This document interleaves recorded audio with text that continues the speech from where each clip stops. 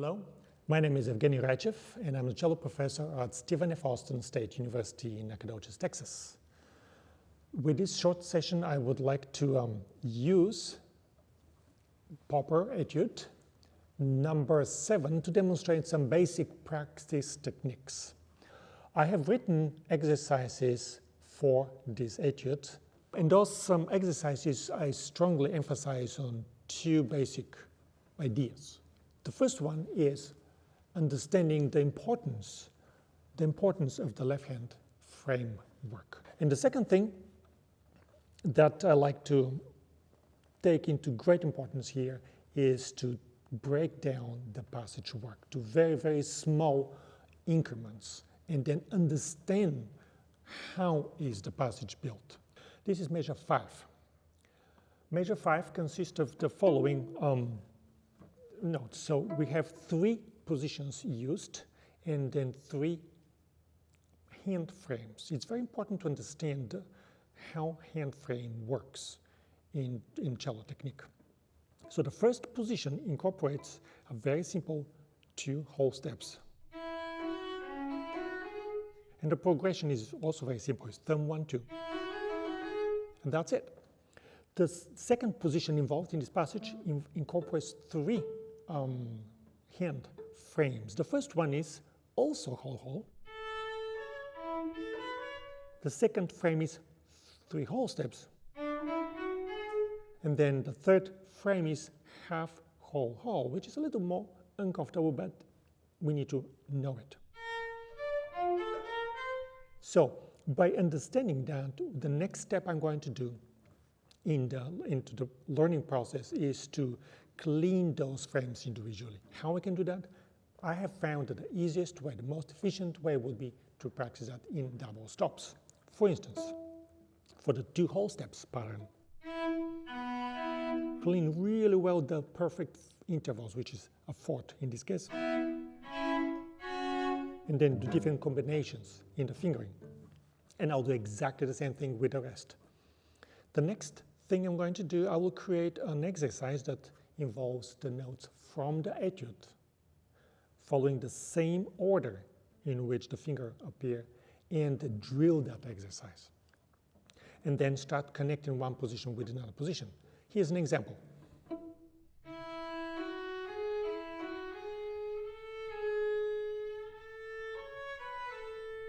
And then I will go back down. By going down, I'm creating this loop that I can go back to the beginning of the exercise so I can repeat it over and over.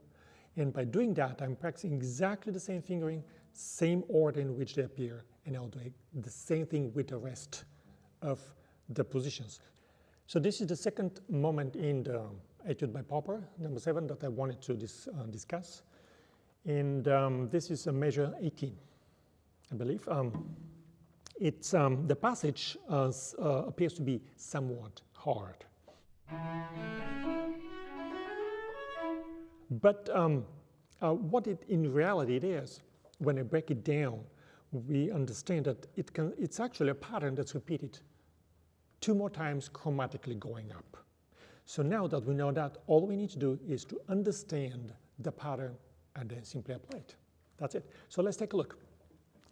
This pattern represents 2 parts. The first part is this, which, as you can see, is 2 very basic positions, non-term positions. The second part represents 2 thumb positions, but if we look more carefully, we realize that they're exactly the same. The frame is exactly the same, which is 2 whole steps. So, how are they connected? Let's take a look. Perfect fourth, major triad, and then from where the pinky is, substitute with the thumb, the 2 whole steps, and then the third finger is preparing the place for the thumb, and that's it. So all we need to do, we just need to repeat it. Perfect fourth, major triad, substitute 2 whole steps,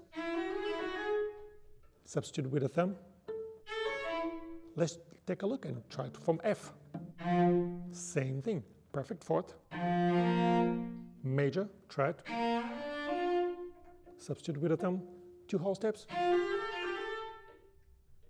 Put the thumb there. How about from F sharp? Perfect fourth, major, try it.